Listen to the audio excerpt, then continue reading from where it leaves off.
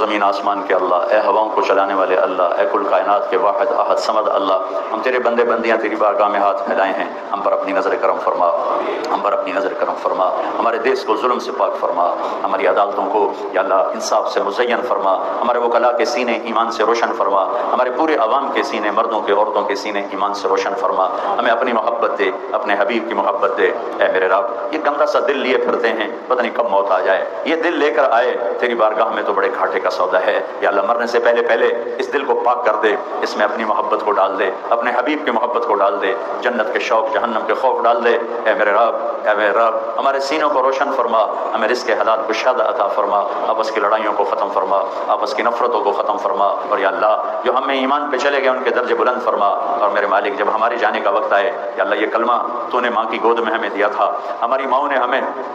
یا اللہ سکھایا تھا لا الہ الا اللہ محمد رسول اللہ۔ اے میرے مالک